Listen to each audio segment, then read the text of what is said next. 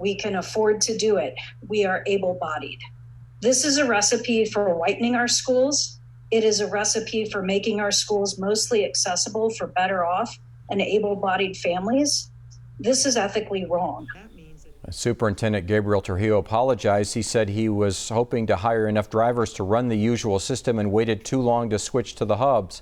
He says raising driver pay from $12.90 an hour to $16 was still not enough to get enough drivers behind the wheel. Trujillo says the district will extend school hours so kids have a safe place to stay if parents end up dropping them off early or picking them up late. The district will pay grants to compensate families for extra costs they incur from the hub system while the district continues to work to hire enough drivers. Switching gears now, bringing in Kyler Diggs. It was a really hot end to the school day today for kids to be picked up by the bus or by their parents. Yeah, sure was, because we had temperatures exceeding 100 degrees in many locations once again today.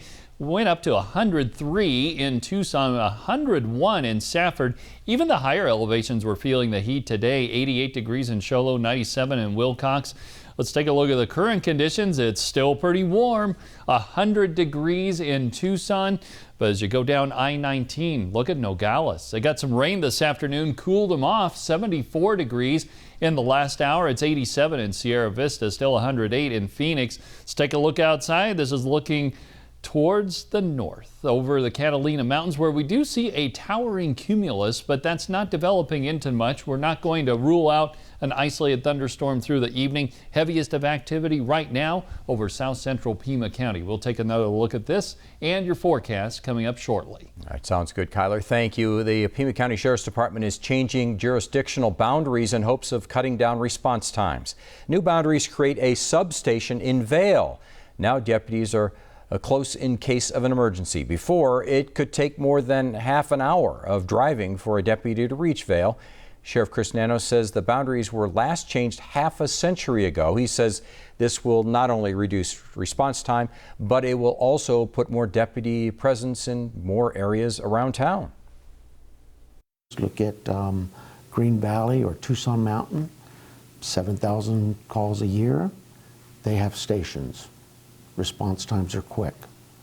Vail has no substation. Response times from the Catalina Tanque Verde area to Vail, probably 20-30 mile distance, response times are rather slow. Nano says this is just one step in keeping the county protected. Tonight at 10, his push for more boots on the ground in our area. Well, a new friendship out of a near tragedy was created at a construction site in Benson. 9 on your side's Greg Bradbury shows us how it all happened and the important lessons learned.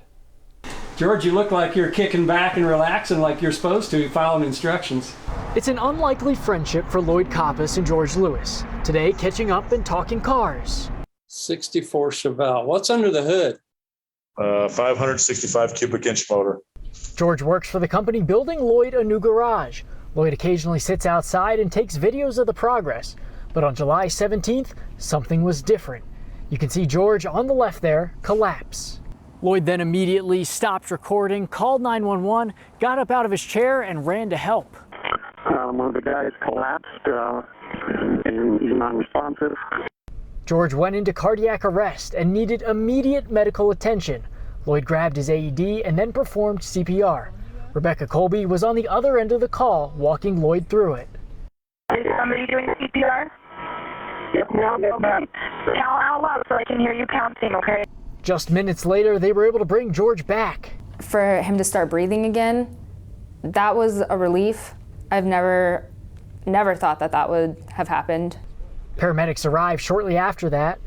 If they had not done that, they would never have given us anything to work with. He would have been dead by the time we got there. Amy Steinberg was the first paramedic on the scene. She says by the time they got there, George was able to breathe and talk.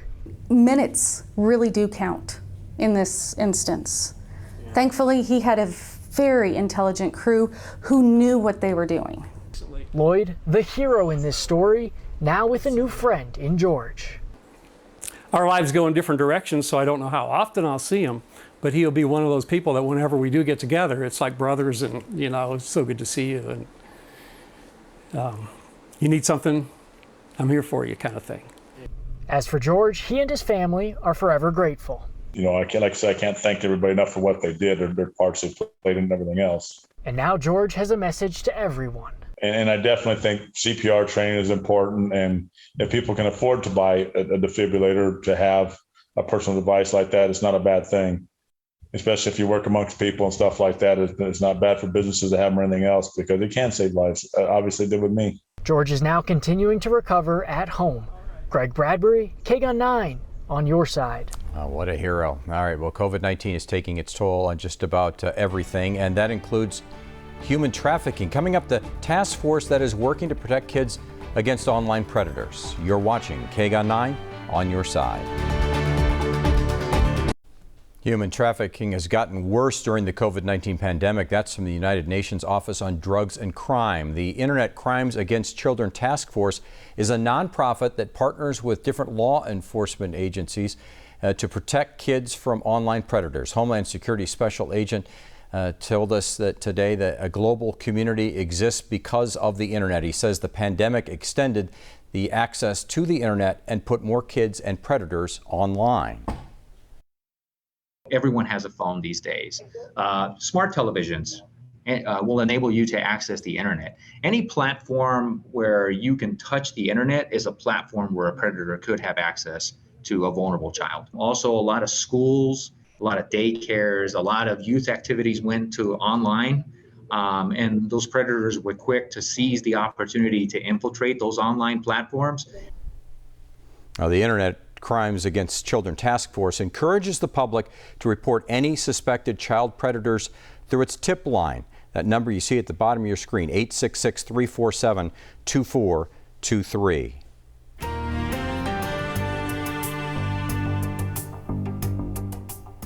Turning now to COVID-19 on our exclusive mapping, we're looking at trends within Pima County, and as you can see right here, the trend over the last couple of weeks had been going up. Today, though, just 62 new cases reported here in Pima County. The state, though, you're going to see different numbers there compared to Pima County. As Pima County was dropping, the state seeing a steady increase. 1,806 cases per day 14 days ago. Then a week ago, 2,105 cases on average a day. And now today, 2,289. And those numbers continue to rise. Let's take a look now at the first dose of the vaccine, which is important. That trend in the state of Arizona has been going up. 2 weeks ago, 8,000 people receiving the vaccine per day, about 10,000 last week, and now up to nearly 12,000 each day right now in Arizona. The University of Arizona is requiring masks in 3 locations when students head back to campus this week. The rules apply whether or not a student or staff have been vaccinated. They are not implementing a campus-wide mask mandate, the U of A, but they are requiring people to wear masks inside building, housing, clinical research, in any place. Safety PPE has always been required, and inside public transportation provided by the U of A. Now, outside those areas, the university says they strongly encourage students and staff to wear masks on campus, especially during indoor group activities. And in public schools, over 150 Arizona doctors are asking Governor Ducey to mandate masks. The group of physicians are citing the rise in COVID cases and the growing number of school districts requiring masks. In a letter to the governor, they say the Delta variant has changed the fight, adding that they don't know the variant's long-term effects of developing brains. 6 school districts have gone against the ban on mask mandates requiring masks in school. That includes Tucson Unified. All right, turning back to Kyler Diggs, we're all looking for our next good chance of monsoon rain. Yes, and I think we will find it in the forecast. Right now, we find a beautiful picture as we look out over the Tucson mountains, some crepuscular rays showing up there. Fun to say, fun to look at. And it'd be fun to find some more thunderstorms in the forecast, which I think we're going to probably have some success doing that as KGUN 9 on your side continues. Now, your first warning weather with Kyler Diggs. All right, we were feeling the heat out there again today. 103 degrees, the official high at the Tucson International Airport this afternoon. And it was pretty warm this morning. 82 degrees, 99 and 76 are the seasonal averages. And we're about to cool things off a little bit, but it's going to take a while as this weather pattern starts to shift around again. Right now it's 100 degrees at the airport in Tucson, 59 degrees on the dew point. So we did introduce a little bit more moisture into our atmosphere today, 26% humidity. And as we take a look at the radar, the busy spots today have been around the White Mountains and also Santa Cruz County and south central Pima County. Let's zoom in on those areas where things have settled down for now, but we still have a flood warning in effect for just a little while longer until 6:45 for areas just east of Nogales, mainly east of Highway 82, where we did see up to 3 inches of rain fall from a single thunderstorm a little bit earlier this afternoon. So through the night, we will see mostly clear skies, temperatures dropping into the 80s. We are looking at some 80s in the higher elevations right now. Still a lot of triple-digit heat on the map, too, and that extends all the way over to Palm Springs. So monsoon, well, it's going to try to return as high pressure moves in over the Four Corners region. That puts us in a little bit more favorable position to get that rain generated over eastern and southeastern Arizona. And as we take a look at that, well, tomorrow, a little bit better coverage there, tomorrow afternoon and evening. And as we go through the weekend, a lot of the thunderstorms will favor areas just to the south of Tucson. So Nogales will probably have a pretty good chance of rain over the next few days. And then as we go into early next week and through the middle of next week, we'll see a better chance of showers and thunderstorms on a more widespread area across central and southern Arizona. And a couple of these could be strong from time to time. And it looks like maybe through the middle and end of next week, we'll have a decent chance at some showers and thunderstorms. So monsoon is making a comeback, but tonight, another warm night for us, 70s and 80s for many of us. And then as we go into tomorrow, we'll see highs in the 90s and some low 100s. We're going to start to knock those temperatures down just a few degrees, still hovering around 100 degrees in Tucson for the next couple of days. And then going through the weekend and into next week, we'll see the 90s return with the advance of that more abundant moisture. Can't wait. Thank you, Kyler. One of the world's greatest athletes is changing teams. Plus, the famous father of Arizona football's new offensive coordinator as the Wildcats begin practice tomorrow. You're watching KGUN 9 on your side. Now, KGUN 9 on your side sports. I'm Jason Barr. Arizona football begins practice on Friday, tomorrow. The Wildcats have a new coaching staff led by Jedd Fisch. The offensive coordinator is Brennan Carroll, whose father knows a thing or two about winning at Arizona Stadium. Brennan Carroll grew up around the game of football. Football has always been around. It was never not there. That's because his father is Pete Carroll, the Super Bowl winning coach of the Seahawks, who won 2 national championships as head coach at USC. Brennan Carroll was a Trojans position coach and the team's recruiting coordinator. But when his dad took the Seahawks job, Carroll initially remained in college football, and he first worked with Jedd Fisch at the University of Miami. Working with Coach Fisch, though, he's been such a great mentor for me. It made a really easy decision. Here at Arizona, Carroll says he will run a pro-style offense.